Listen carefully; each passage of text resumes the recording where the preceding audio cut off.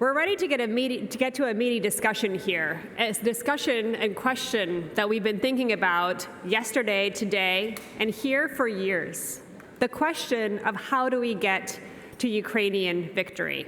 What is the path ahead? There have been lots of questions about whether victory is possible. There are questions about whether victory is desirable.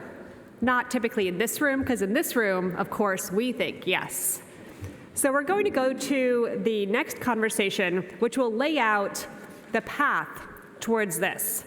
And we're going to take those steps, and we're going to take these ideas, and we're going to try to apply them, not only in this room, but when we all go home to the various rooms and the various tables, we can try to convince each other of the step forward.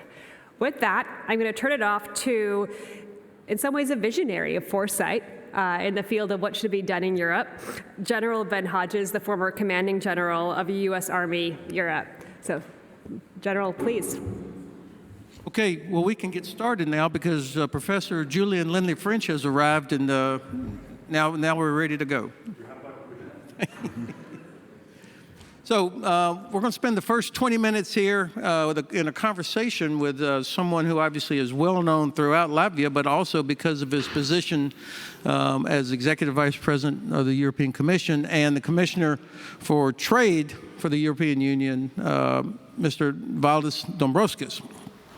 Sir, thank you. Good morning. We'll do 4 or 5 questions, but I also will be looking for a couple of people that would like to question the Vice President as well on a particular thing that we've discussed. And then we'll have an hour where the rest of the panel will join us and talk about this path to Ukrainian victory. Sir, yesterday President Zelensky was in Brussels, spoke to all the leaders of the European Union, briefed them on his victory plan. How was that received in Brussels by the European Union? First of all, good morning, everyone, and it's a pleasure to be in Riga conference again. And again, as a question of Ukraine features prominently in a conference.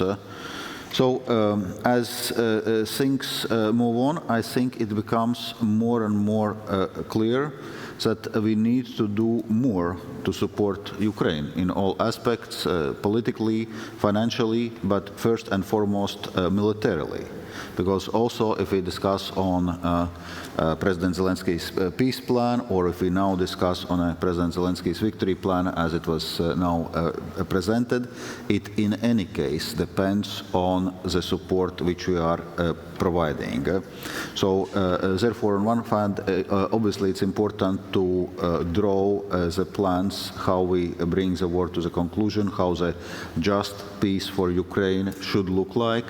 But we will not get there if we will not do what we need to do right now in terms of all kind of support. On financial support, I would say we are getting on track right now. We are implementing the G7 support package of 50 billion euros financing, which is then actually financed by the accelerating the revenue flows from immobilized Russian sovereign assets.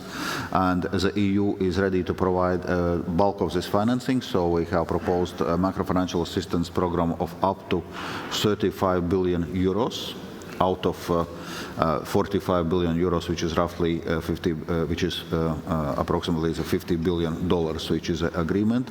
Of course, we hope also for meaningful U.S. contribution in this package. But what is even more urgent is to step up military supplies.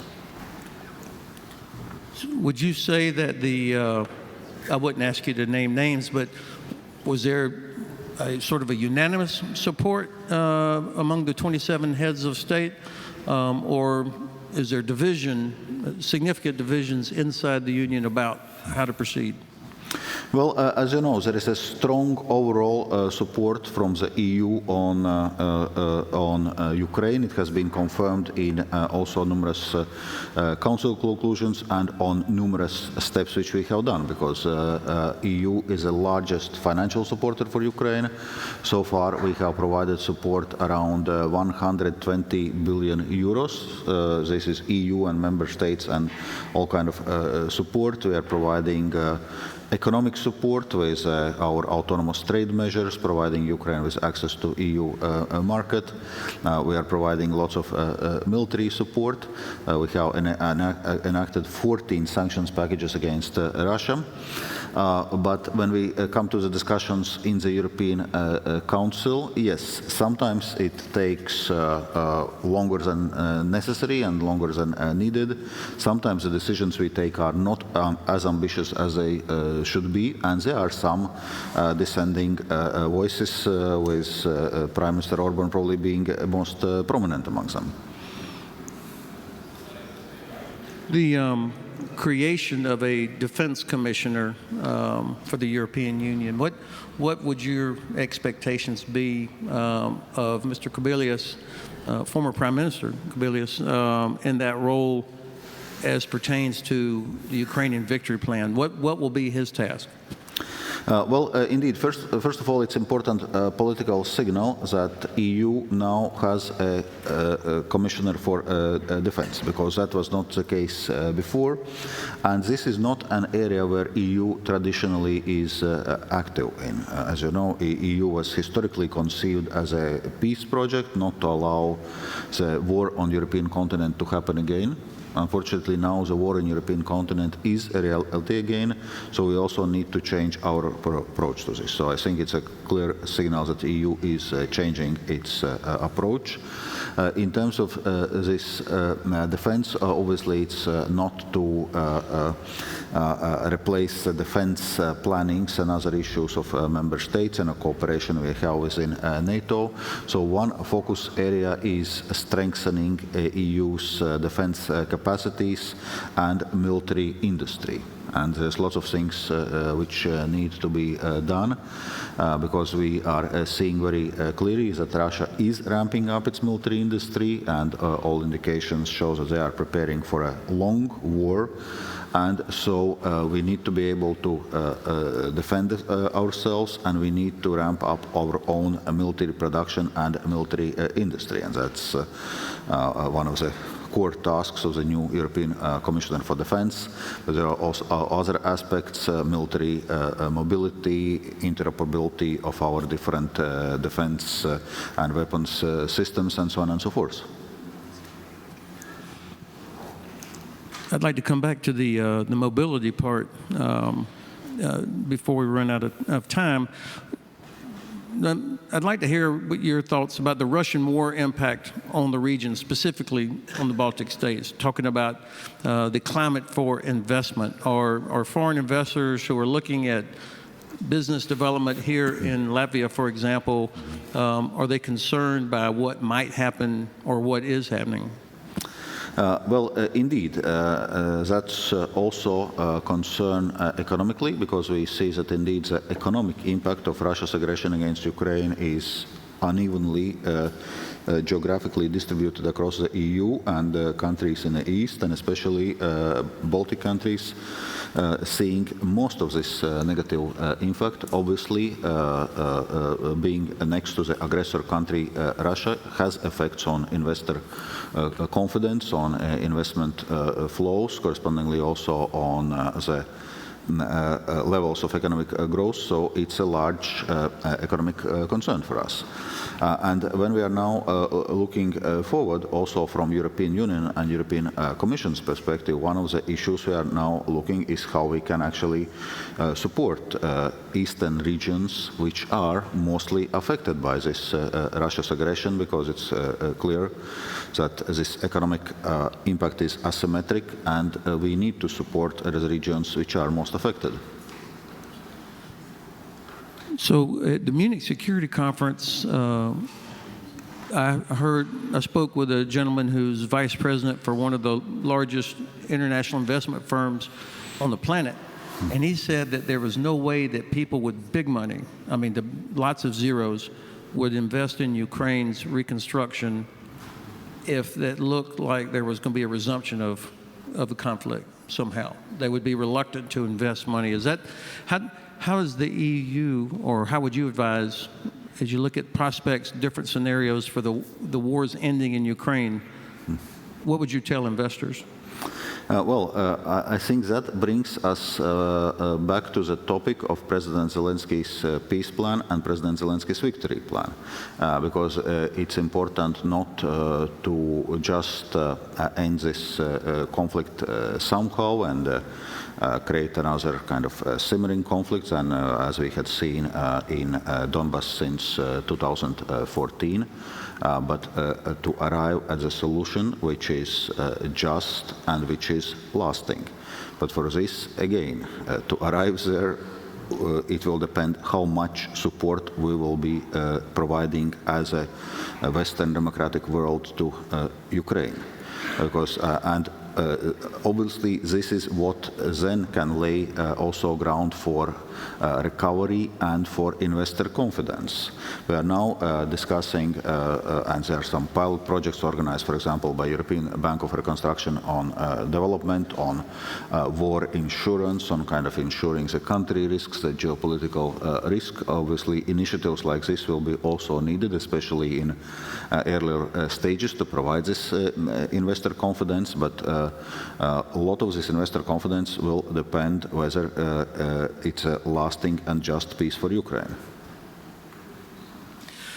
In terms of EU financial support and a G7 agreement to support Ukraine from Russian assets, you alluded to this previously, but I'd like you to ask if you could speak to somebody like me who doesn't fully understand all the mechanics of how this would actually happen, the legal considerations. Is this really going to happen, that all that these Russian assets is going to be used to help pay for these things for Ukraine, for example, or what are some of the obstacles to doing that? We are having more than 200 billion euros of immobilized Russian state assets in the EU. So the question is how those assets can be used, and the discussions are still ongoing on the principle of the assets itself, but in between there is a consensus that we can use proceeds from those assets, because since those assets are immobilized, they generate revenues, we can use those revenues. So what this $50 billion G7 program does, it kind of anticipates this revenue flow. So we are providing the loan of $50 billion to Ukraine now, or to be more precise, over the next couple of years in certain disbursements. And then this loan is repaid using the revenue coming from those Russian assets. So Ukraine will not have to repay this loan. This loan is going to be repaid by immobilized assets. So that's a basic idea. Then in a theoretical scenario, if Russia pays reparations to Ukraine, it can be repaid from the reparations, because there is another G7 decision saying that those Russian assets should stay immobilized as long as Russia has not paid reparations to Ukraine. So that's the basic logic. Then on contributions, I was mentioning that from the EU side, we are ready to provide up to 35 billion euros, which is roughly $40 billion. The other G7 parties, a part of US, will provide another $10 billion. And the question is on US participation. Initial ideas was $20 billion each, EU and US. Well, the difficulty with US is right now the question on how much they can rely on those assets staying immobilized, because according to EU sanctions regime, this decision is renewed every half a year. And so from US side, the point was that they would need kind of to have more reassurance that it's at least there is a 3-year period. And we have proposed from European Commission exactly this, so to have the renewal of those immobilization of Russian assets every 3 years. I was talking about dissenting voices a few minutes ago. Unfortunately, so far there is no unanimous support to this proposal, with Hungary objecting it. And that then complicates US participation with the package, or at least with the initially envisaged amount. We still hope, obviously, for a certain level of US participation in this. So we have the EU sanctions envoy is going to be joining us on the panel in a minute. So I think this will be a topic that everyone is interested in, because it feels like even though so much has been done,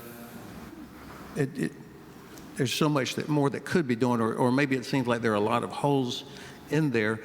Could you, like the Russians' use of a ghost fleet, exporting oil and gas to China and India, and it goes out through the Baltic Sea, and it goes out through the Black Sea, as well as some of the gas, I think, to Chinese ships on the northern trade route. What could be done by the European Union to stop that flow of oil and gas? First of all, it's clear that export of oil and export of hydrocarbons in general, it's the largest revenue source of Russia. So it's important that we are stopping this flow, specifically on oil. There is a G7 agreement on $60 per barrel price cap, so any Russian exports have to respect this price cap, and different service providers cannot provide services on delivering, ensuring whatever this oil if it's not respecting the price cap. And that's indeed leads us to the question of this ghost fleet, which has emerged also with some kind of questionable insurances, where no one knows what those insurances are actually really worth.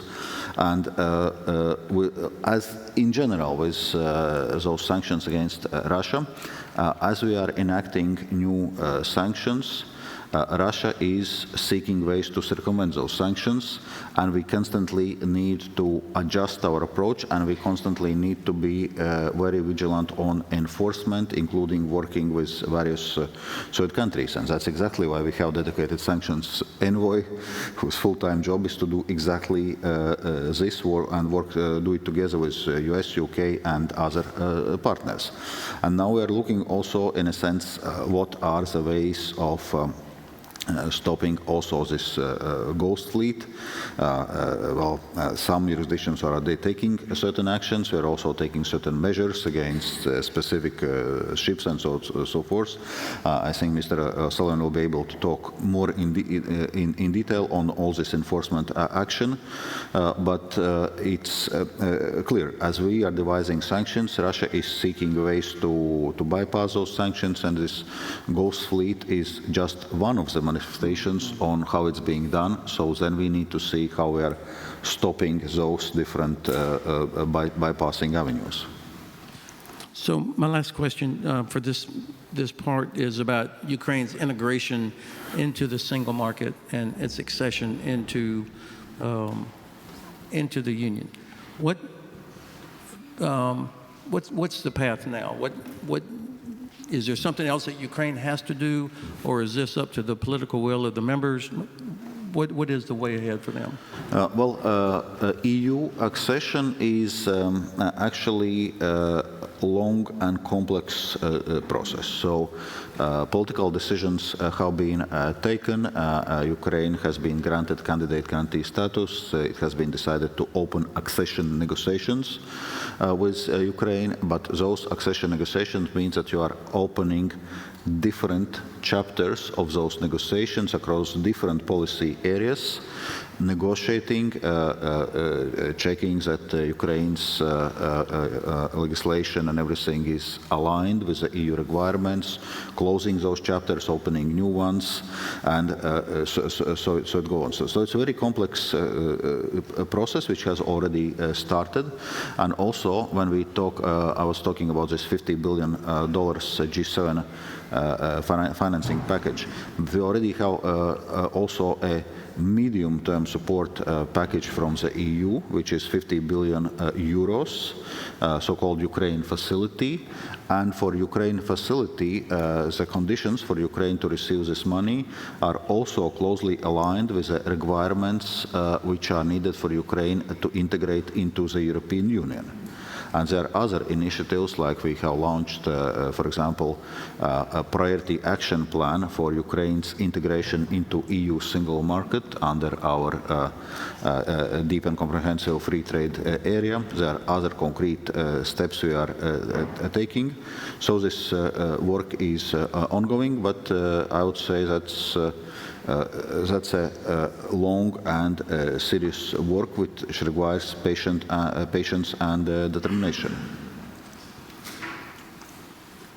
Okay, I feel more confident about each of these topics after having listened to you. I can take one question, and then we'll go into the, bring the rest of the panel up. Yes, sir.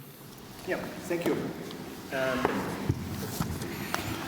Regarding our preparations and military industry, what is the status quo at this moment as far as the banking sector? Because it was all the time difficulty for military industry to receive fundings, to work with finance institutions, including Latvia, but in whole Europe.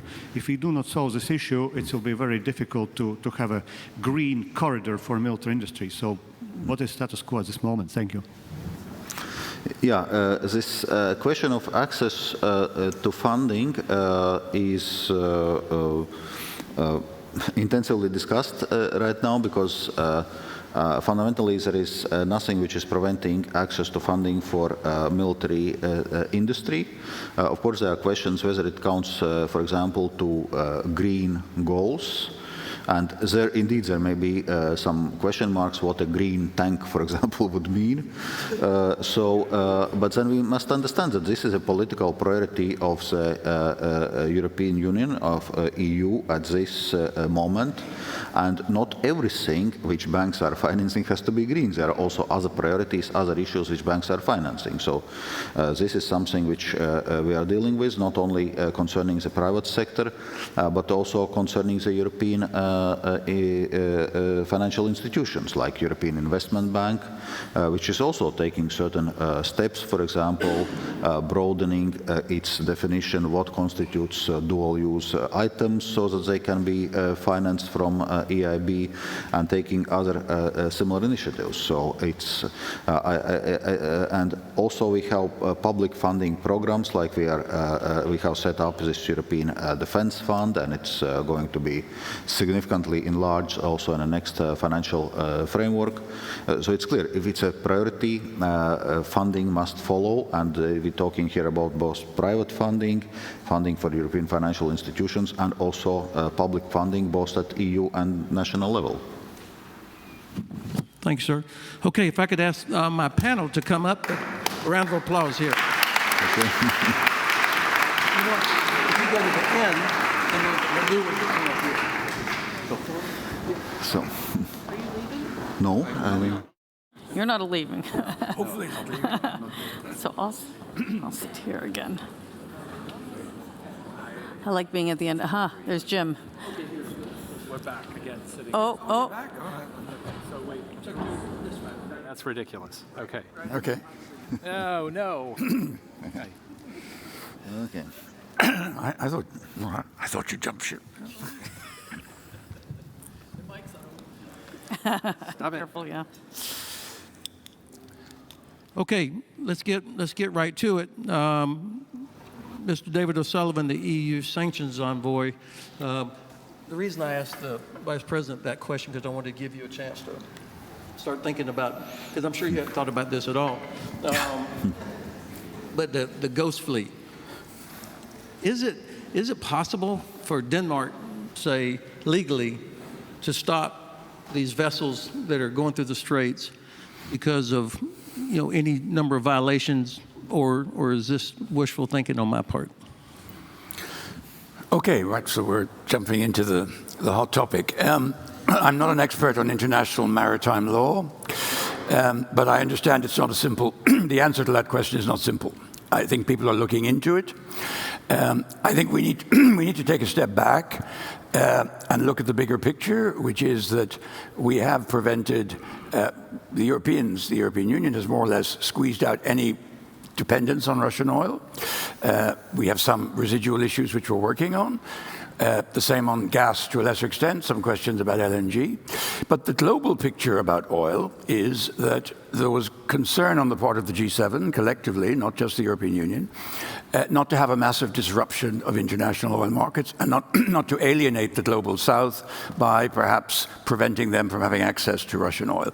So that's the basic given of the situation. So there was always going to be a revenue stream.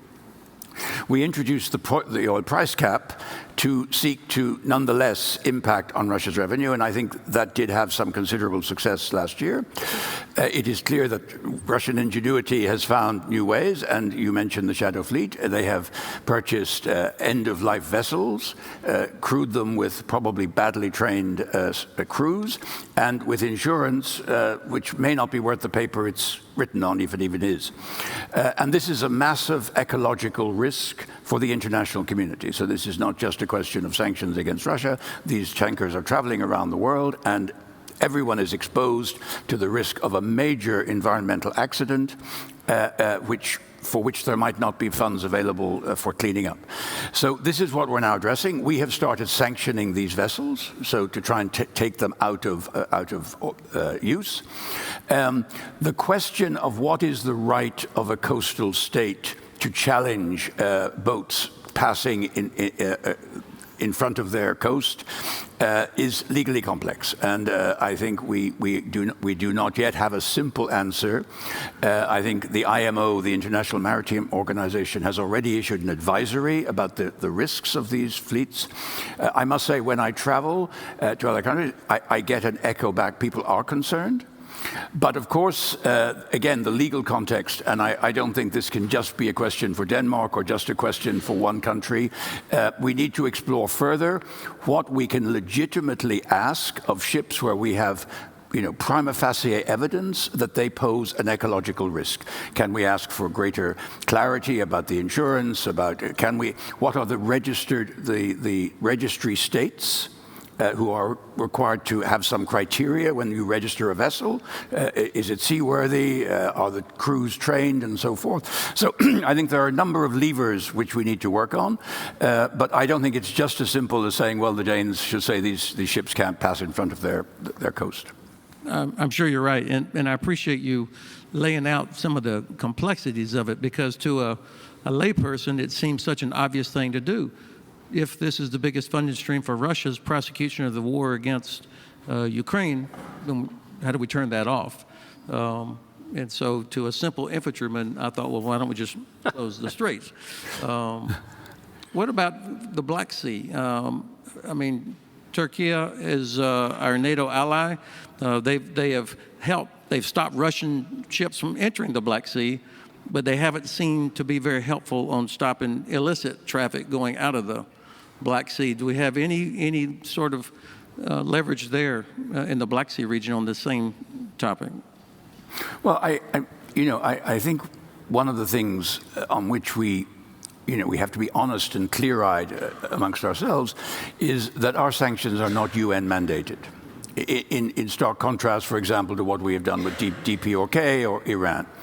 So the fact of the matter is, even though we have a fantastic coalition, and I'm very grateful to US leadership in helping us put together this coalition of not just the G7, but the wider extended G7, so South Korea, Australia, New Zealand, and so forth. And it is a very impressive lineup, but many countries are not a party to this. And they don't consider themselves bound by our sanctions, and indeed will even make a point of principle of saying we don't want to apply your sanctions because they are unilateral measures and we disapprove of this. So that's the conversation which we're having. I agree. Turkey is in a slightly tricky situation. Not only is it a member of NATO, it's also a candidate country to join the European Union. So the conversation there is slightly different than perhaps we have with other countries. But I think we have to seek to persuade countries to understand our perspective and also their own self-interest. And I do think that on this issue of the shadow fleet, the ecological risk, the very real, I mean, you know, I hate to think, I hope it won't happen, but if it were to happen, it could be a major catastrophe for a country like Turkey. But you know, people have other elements which enter into their calculus. That's true. I do want to. One last question. I appreciate you being the lead panelist for me on this. The best news I heard in the last 24 hours was not President Zelensky's victory plan, but that the EU was planning to sanction Tucker Carlson as a purveyor of propaganda. Is that true? Goodness, the first I've heard of it, but it should be true. I hope somebody from your staff is here taking notes on that. You would be doing us all a favor. So, Karen, Dr. von Hippel of RUSI,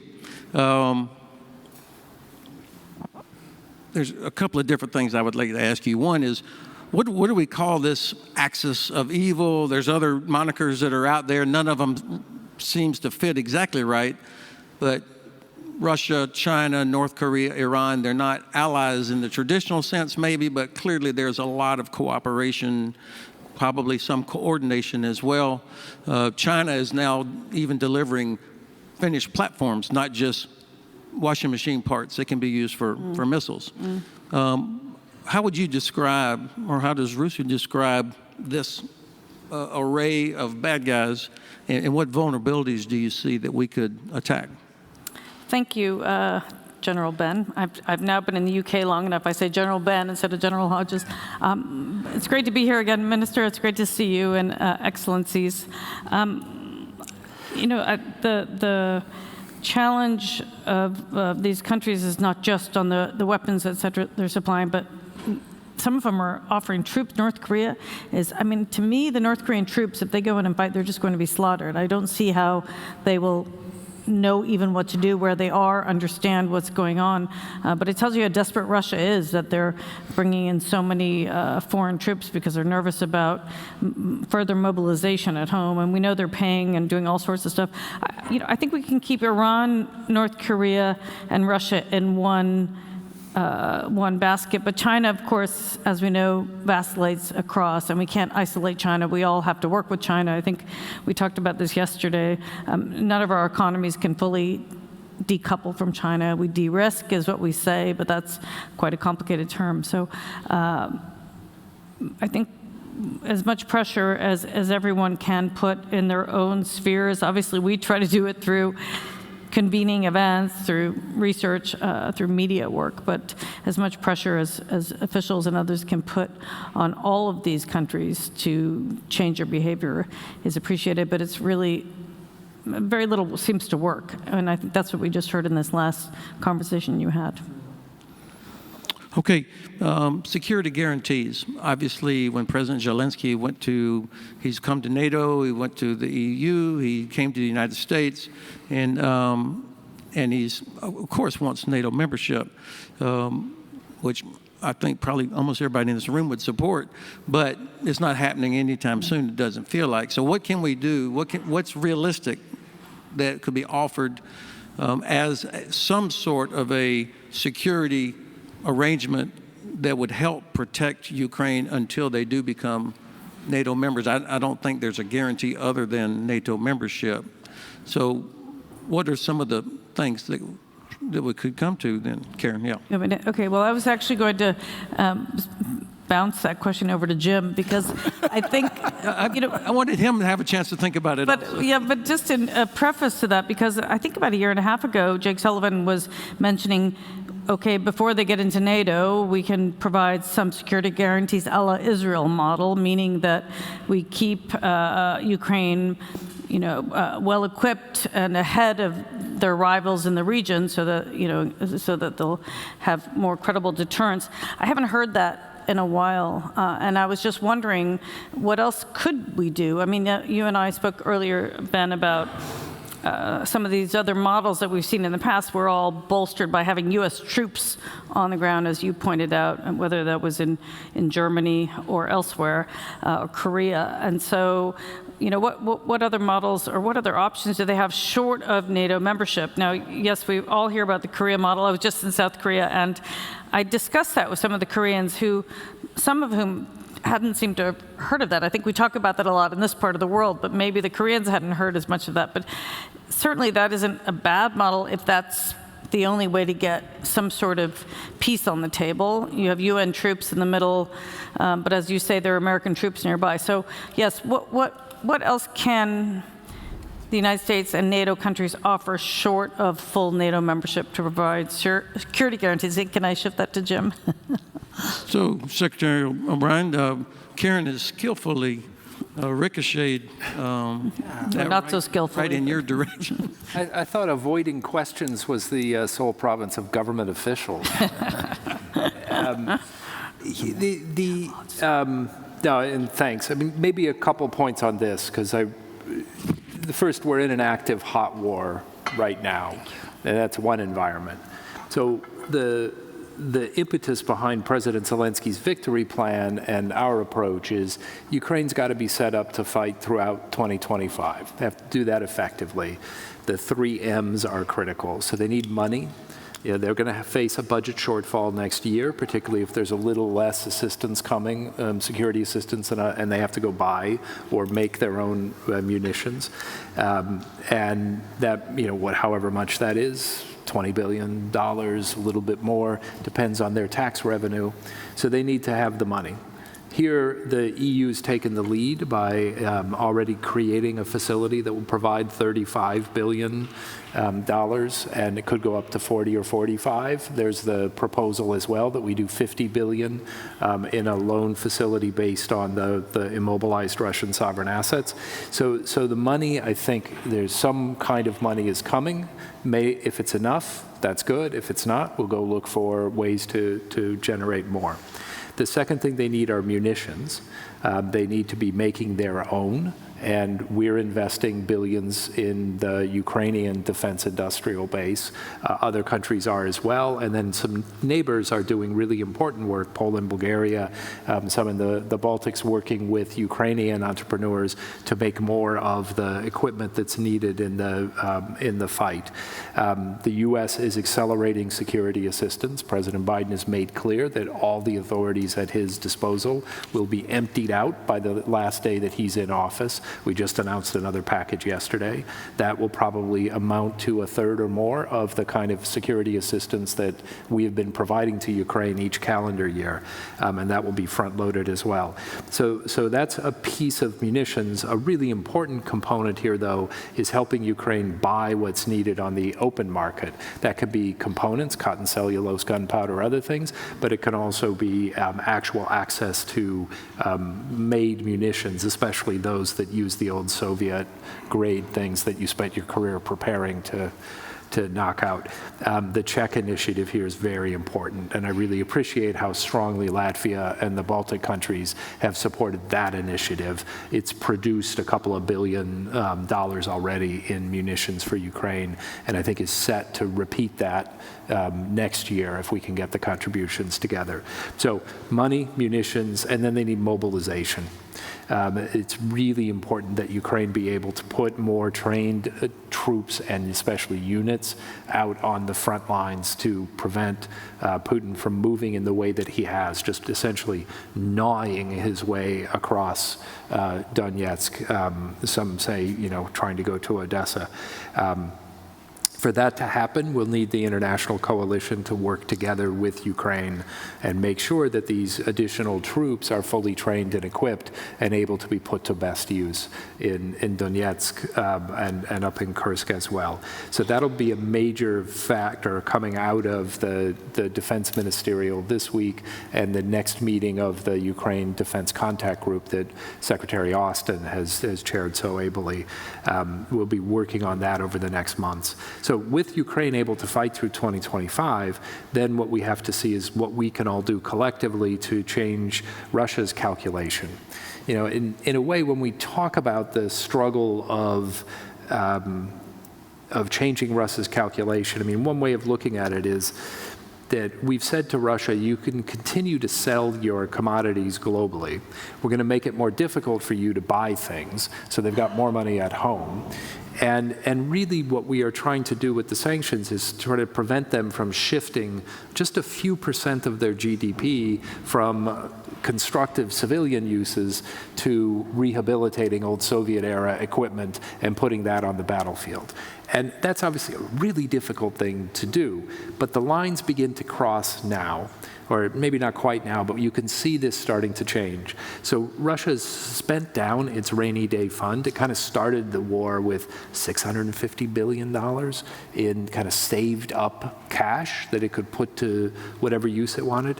I don't know how low that is at this point, but it's probably somewhere around 100 billion, give or take. That's because we've immobilized 300 billion of that money, but Putin is spending between 50 and 100 billion to beef up the defense industrial base, and a lot of that is not new advanced equipment. That's rehabilitating 30, 40-year-old equipment and making kind of the basics of putting troops on the front line. It's going to be difficult to continue that, particularly if we make clear that a lot of that money's not coming back. And I think here the G7's been very strong. But as well, we can begin to get at the sources of their revenue. And I think you touched on an important one. 30% of their tax revenue is oil. We have allowed them to sell their oil. I think we're coming onto a new phase of the global oil market where, and Russia's adventurism by using these dangerous ships to send oil around globally, all of that are things we can do to start to affect his calculation. This will be on the edges. The biggest thing will be what Ukraine can do to indicate that there's nothing but more pain to come. Now, if we get to a place where it looks like we're going to have a pause in the fighting, it's really important we be able to enforce the ceasefire. And that is something President Zelensky's raised. And I think it's something that the NATO alliance in particular and all the coalition partners have to come together to talk about how to do it. And the final point I'll make on this is to Karen's point. So last year, the U.S. led an effort, and now 28 countries, I think, have signed bilateral security arrangements with Ukraine. And that's kind of what we mean by the Israel model. It's a way of promising that equipment and training are going to come over a 10-year period, and that will allow Ukraine to feel that it can improve its own defense with some understanding of what's coming. That's a piece of it. Obviously, any kind of ceasefire enforcement is going to include political, economic, and other military tools, as well as some way of making sure that there aren't encroachments as well. Thank you. So let me pick up the thread on that Israeli model.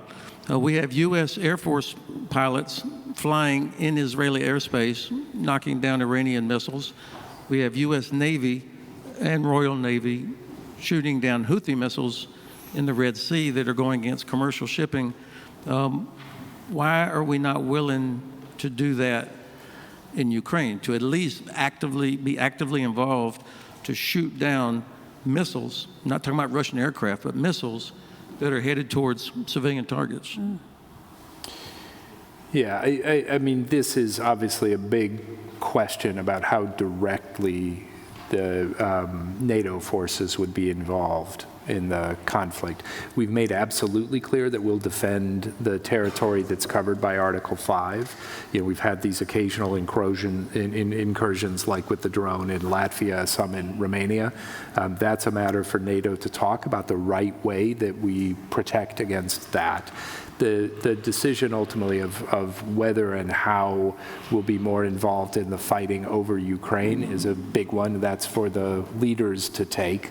I think it's a reason that President Biden was hoping to get the UDCG together, not to address just that question, but for all the leaders to look at each other in a room and say, are we really at a pivotal moment in this conflict, and what are the steps that we'll take going forward? So I think it's a provocative single question, but it's part of a wider discussion of how committed we are to Ukraine's victory in this war, and what are all the steps that we have to make to achieve that. Okay, thanks. And I guess that is the bigger question: how committed are we? And that's, of course, that's the sort of the topic of the panel. Let me do this. We have about another 30 minutes. I'd like to make sure that all the brain power in this room gets employed as well. So let me take a couple of questions at a time, and then the sir right here, and then the young lady behind you. Thank you. Klaus Wittmann, Potsdam University, former Bundeswehr. Direct it to somebody and ask a question. Yes, I'll do all editorializing. just wanted to introduce myself. That's always good. Like it's always asked. I would like to ask a question to Mr. Dombrovskis, coming back to General Hodges' first question and your answer: we have to do more militarily. Besides, among weapons, ammunition, air defense, two key decisions are necessary: long-range weapons and allowing Ukraine to use them against targets on Russian soil. Because so much air defense will not be sufficient, we also need to prevent missiles from being shot at Ukraine. And do you have the impression that among other allies or EU members, more support is coming for that, or do many hide behind Chancellor Scholz and President Biden out of escalation fear, which I call self-deterrence? And this young lady right here. She goes next. I'm giving up the power here. Only question from Mr. Ryan, continuing what General Valdis mentioned before. We don't protect Ukrainian skies. Why we are not letting Ukraine use the equipment to shoot on the military bases from where these rockets and missiles are coming? Is there a reason for any talks about possibly changing this policy? Because we have to keep, they can't fight with one hand. Who's the question directed to? Mr. Brian. Okay, very good. Okay, so Vice President, you take the first one, and then I think both questions were heading in the same direction. And if we discuss military support, you rightly pointed out some of the things which are needed, which is a long-range weapons, which is indeed a permission to actually use those weapons against targets in Russia where they are needed. And that's really difficult to understand why this permission is not coming and why it's so slow to come. Some countries slowly are deciding. UK is deciding something in that direction.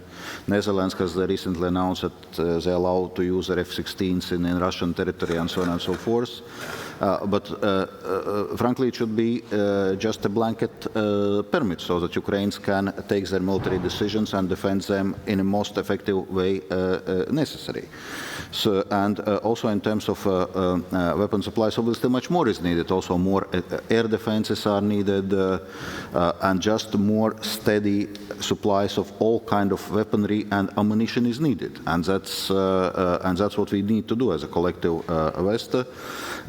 From the EU side, we came with this initiative of providing 1 million shells to Ukraine and ramping up our shell production capacity. By now it has reached this 1 million per year, and in parallel there was, it was already mentioned, important Czech initiative on, in a sense, gathering those ammunitions where they can be gathered and sending them to Ukraine. So it's actually Ukraine needs all kind of supplies, also from relatively basic supplies like ammunition to long-range weapons and permission to use them, and it is indeed our responsibility as a collective West to provide it.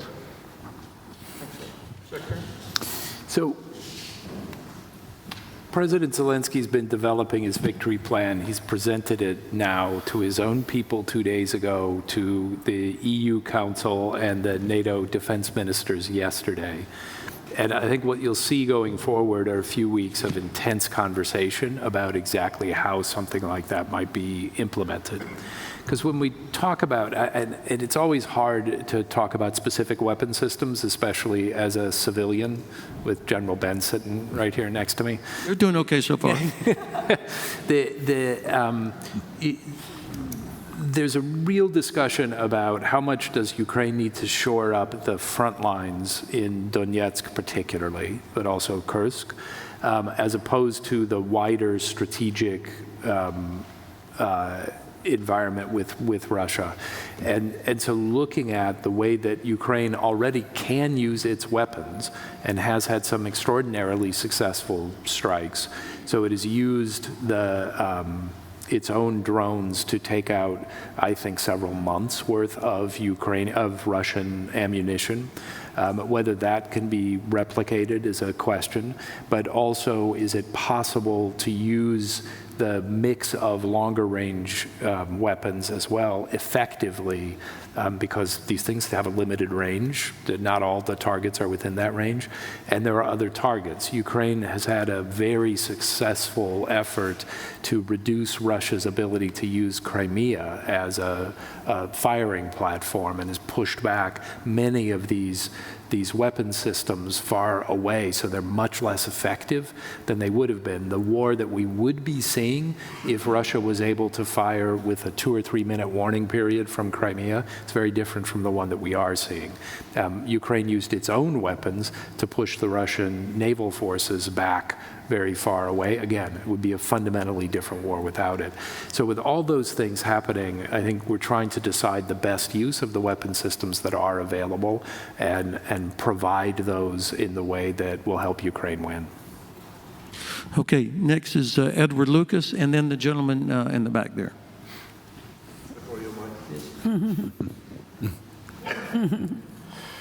Yeah, my question is about secondary sanctions. If you have sanctioned Tucker Carlson, that's great. But we've barely scratched the surface of the bankers, lawyers, accountants, propagandists, and the whole enabling class who allow Russia to bust sanctions through trade with third countries. So why don't we start putting these people on visa blacklists, or even just say that they're not eligible for visa-free travel to the United States.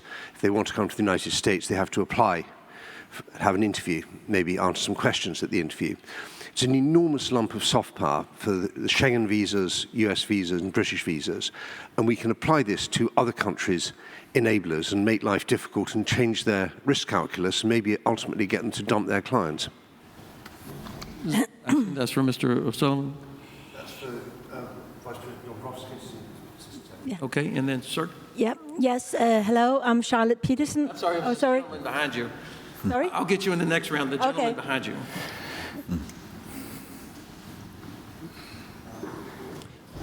Thank you. Sorry to jump in there. My name is John Luff from Chatham House. I have a question to James O'Brien. You use these words, ceasefire, pause in the fighting, as if it's something inevitable. What makes you think this is possible? For those of us who study Russia, it really does look as though the Russians are in a position to carry on this war at current levels for probably some years, if they need to. And we have missed the opportunity to put them under pressure, that we had a fantastic opportunity at the end of 2022. We kind of let it slip through our hands. Who is this to? James O'Brien. Okay. Yeah. What makes you think it is possible to persuade Putin that it's not in his interest to continue fighting? Because it seems to me at the moment he believes he's winning. He has us and the Ukrainians on the back foot. He's destroyed 50% of Ukraine's peak generation capacity. How does this work? Good question. So the first one was to Vice President and to Mr. O'Sullivan, and then the second one to Secretary.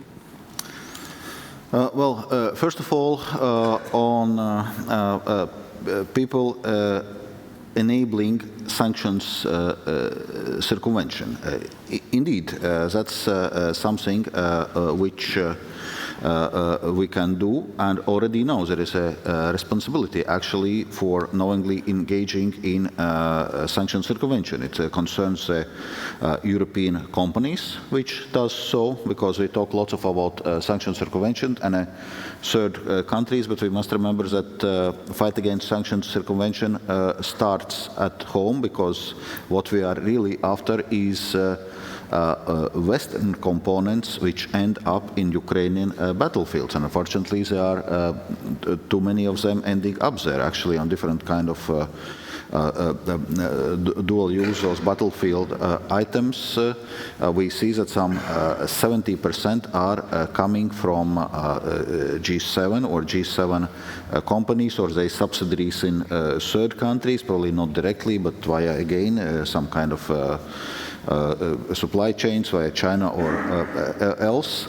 So there's lots of work to do, and there are possibilities to foresee liability for people who are knowingly engaging in sanction circumvention, who are enabling or facilitating sanction circumvention, and we need to use those tools. Actually, just last month, I was organizing a roundtable in Brussels with CEOs of different EU technology and other companies to discuss exactly this, so how we are preventing all those things from happening.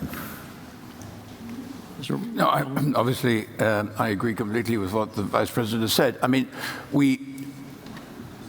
the European Union does not do secondary sanctions. I think this is an important point of principle. I've spent much of my life fighting the effects of US secondary sanctions.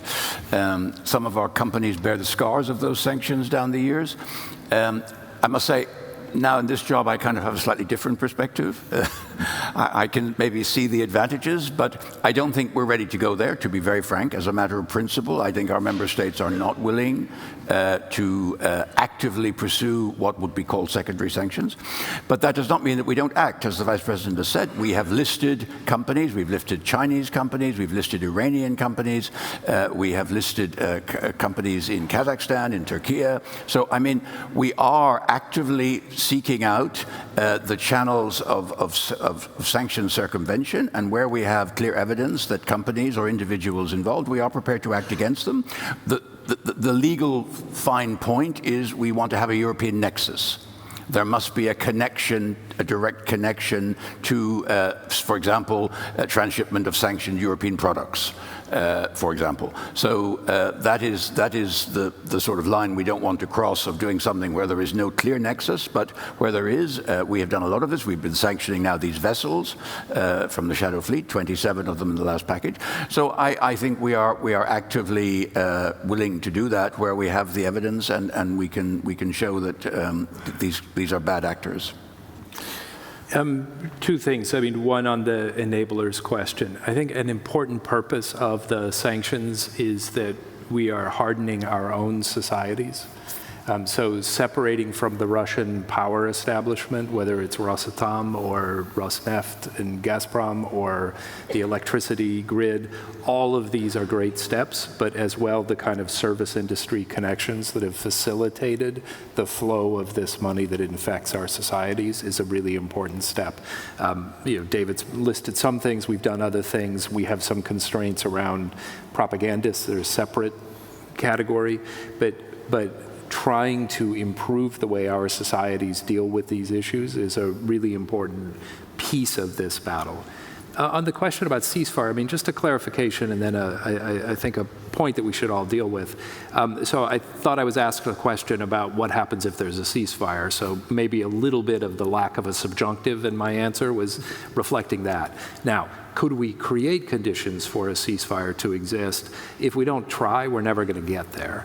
And I think I share your overall analysis of the situation here, but I do see certain vulnerabilities in the Russian side, particularly around its ability to continue supplying ammunition and troops in a way that will allow it to continue what it is doing. And that's where I think the combination of the right choices for use of weaponry by Ukraine, along with certain sanctions and dealing with some of the third countries that have been supporting Russia, are all elements of trying to change that.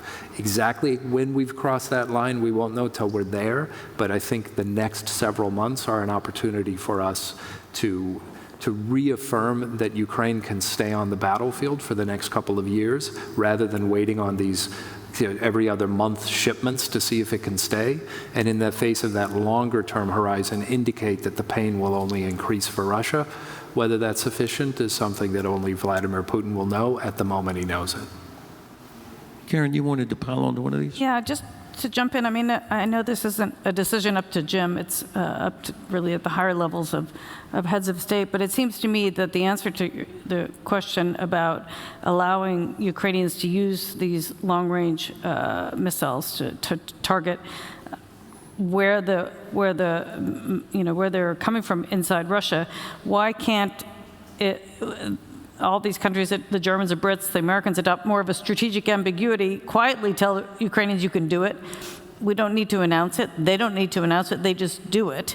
And we don't need to talk about it, because actually, I think there's full support. Otherwise, it's a war of attrition that the Ukrainians are going to lose because they can't defend themselves. They can't defend civilian areas. And this is just targeting military bases or the places where these weapons are coming from. So in other words, strategic ambiguity in terms of the response without making it public. Just they do it, and let's see what happens. I think the flip side, I'm not sure how much ambiguity there is when one of these weapon systems shows up somewhere. But in terms of permission, yeah. The issue is also whether the lack of ambiguity gives a certain solidity to the Ukrainian position, right? That the Russians say, okay, now there's a solid backing. And so that's a debate we have to have. Mm. Okay, next round to Foreign Minister Braza, and then that gentleman, and this lady right there.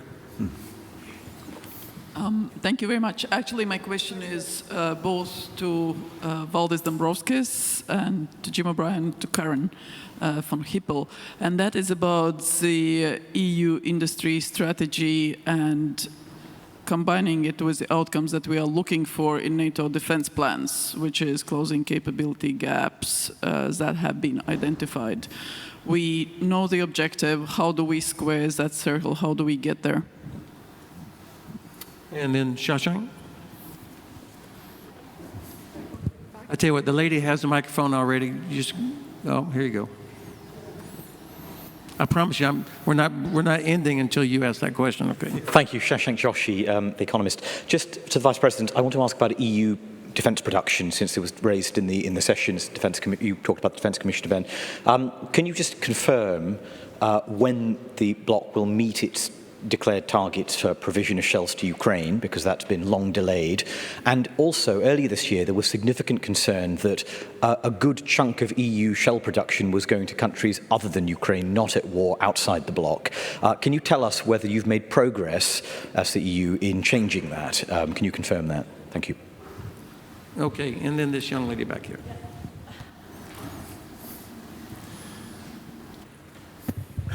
So I'm from Denmark, Danish Foreign Policy Society, and this summer I was I have a summer house just by the big strait, and every day I saw like 15 vessels, Russian vessels, passing by, and I downloaded the ship tracker to see who were they, where were they from, and to my surprise, they were Russian ships with oil and gas, but to my surprise, many of them were registered in Cyprus, Greece, Malta, and I was just wondering whether the EU has any ways of actually, the fact that they're registered in EU countries, that we can do something about that. Okay, Vice President? Yes. On the first question on ammunition supplies, we have this so-called ASAP program, which is aiming exactly at this. I was mentioning already before that EU has reached this production target of 1 million shells per year, and will continue to ramp up this production, and those shells are going to Ukraine. I cannot give you now specific figure how much they are there now and how much they are through a sub program, because there are two programs. One is a sub program where we're ramping up our own production, and another is this Czech program, which was more like short-term program to gather those shells from wherever we gather and send them to Ukraine. Frankly, I'm not up to the speed with the latest figures, but I would say we're getting there. And obviously there were delays, and that's my point throughout, that actually as a collective West we should be doing more, and we should be doing faster. Then on the point of ships, of course, I cannot now tell on the specific ships which were passing. So if those are EU registered ships, well, one should assume that they are not engaged in certain illicit activities, because the fact is that sanctions are not covering all goods and services with Russia. So we do not have kind of a blanket trade embargo with Russia. There are still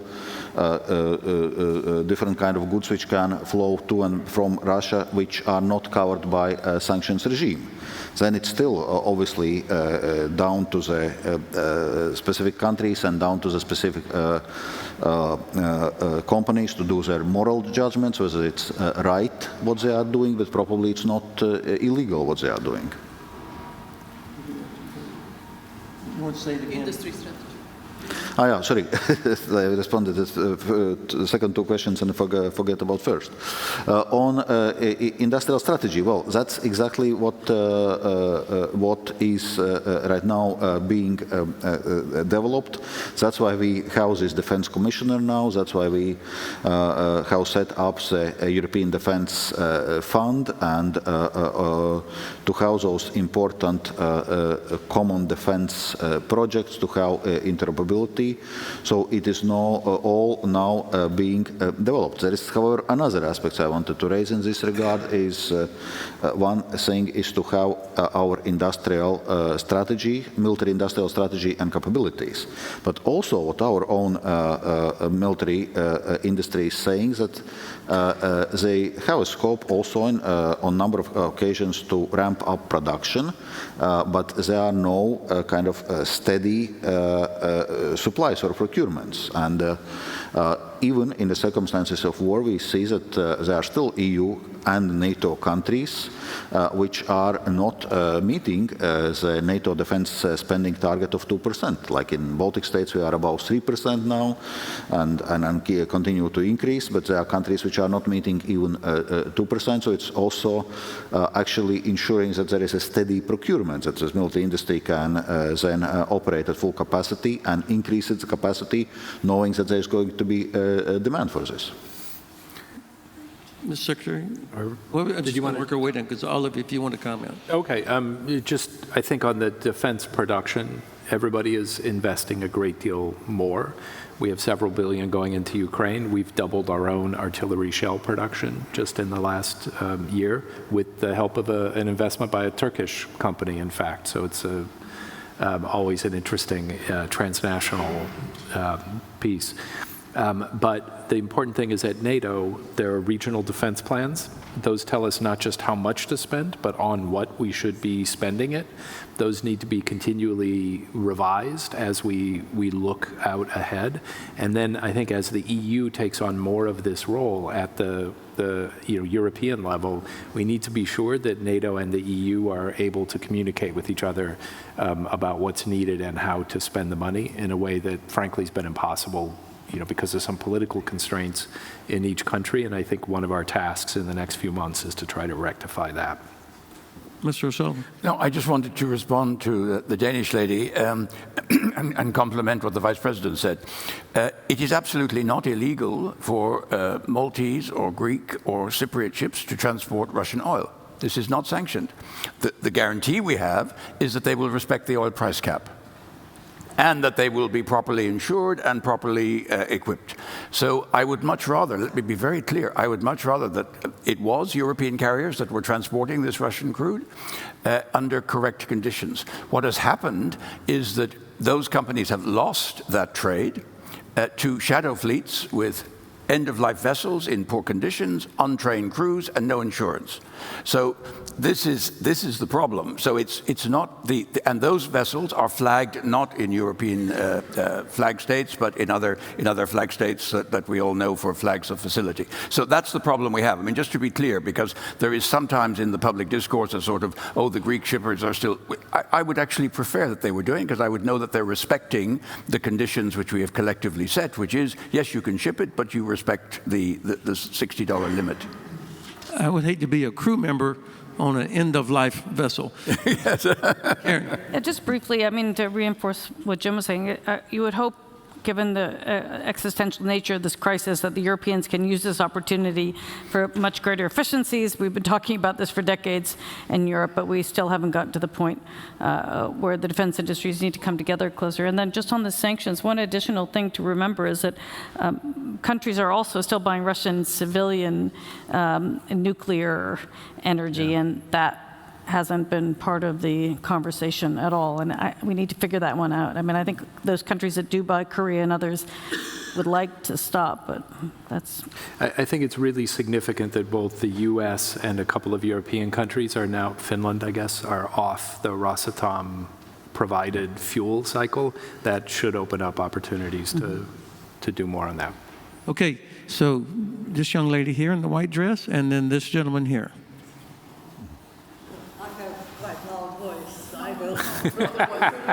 For online viewers. For online viewers. Okay, thank you. So I will go back again to that shadow fleet because that is very substantial income which Russia is gaining by these shipments. And I know that United States sanctioned several ships. Recently, United Kingdom did it also. That is the way how you can put out a ship from the business. Why United States, European Union does not do that? We have. And my question is, okay, but I know that there are not more than 6, but we can do more. And the question is for you, Ambassador Sullivan, and also to my favorite commissioner, Valdis Dombrovskis. We've sanctioned 27 vessels in the 14 package, and we are planning a further listing of vessels as we speak. So in the next few weeks, I hope that we will come forward. So no, we are very actively coordinating with the US and the UK on the sanctioning of the vessels. And obviously there are issues of evidence packs and rule of law procedures that have to be followed, but we're very actively engaged in that. Certainly my favorite commissioner on this panel. Well, I just can echo what David Slovan already said on this shadow fleet. But as I said, the question is actually broader because the shadow fleet is just one manifestation how Russia is trying to bypass and circumvent EU and Western sanctions. And it's a work which requires constant attention, and there's always something new emerging, some new trade routes, some new supply chains, ships, financial services, whatever.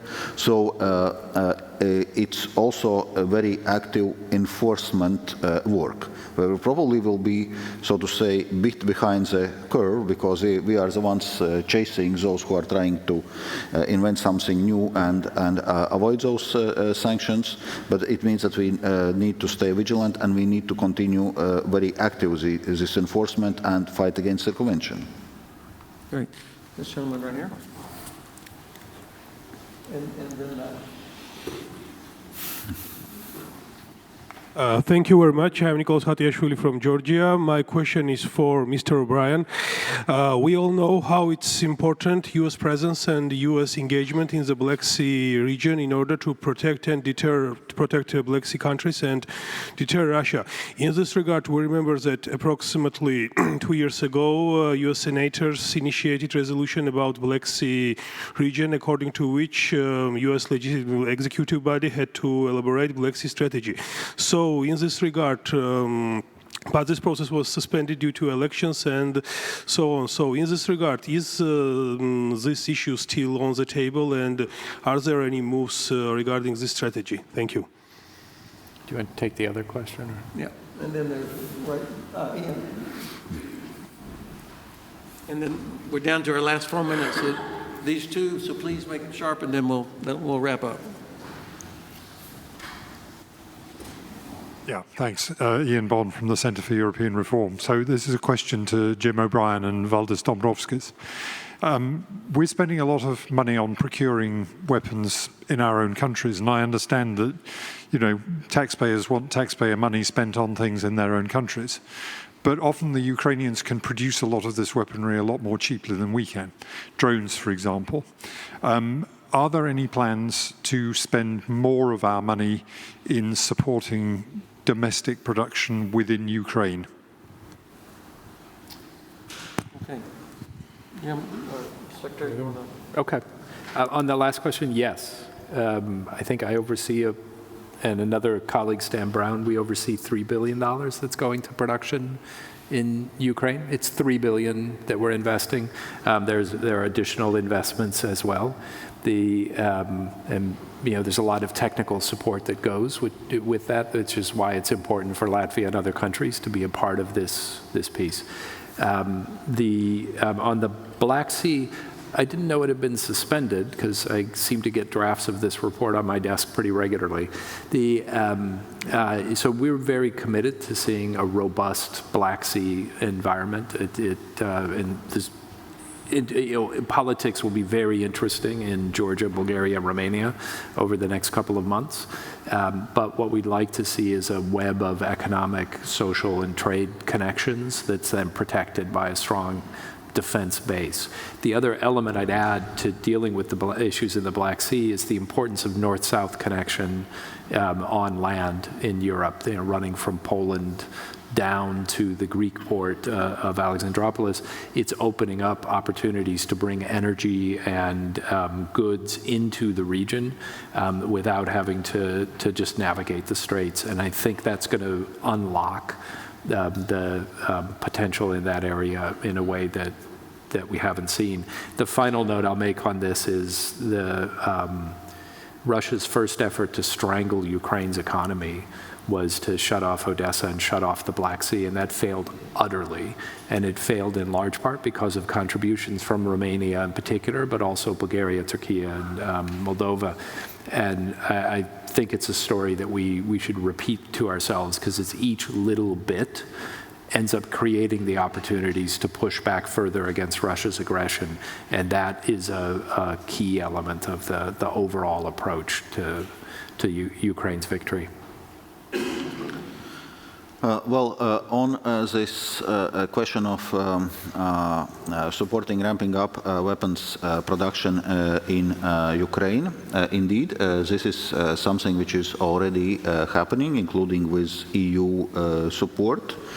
and it's both explicitly and implicitly. There are member states which are already explicitly, in a sense, providing support for military support from Ukraine, which is procured from Ukraine military industry. There is a cooperation between EU military companies and Ukrainian military companies on components, on know-how, on many different aspects, but also implicitly when we are now talking this new macro-financial assistance program of 35 billion euros. It's not earmarked for anything. It can be spent for anything from wages and pensions to weapons. And the question is basically then does Ukraine has overall sufficient funding to cover its so-called funding gap, and with this package we will ensure this. So it means that Ukraine will also have money in its budget to purchase weapons from Ukraine military industry. So there are different ways how we are supporting this and continue to do so. Thank you, sir. Okay, we are right exactly out of time, and I'll hand it back over to Christine. But first, please join me in thanking our panel. Okay.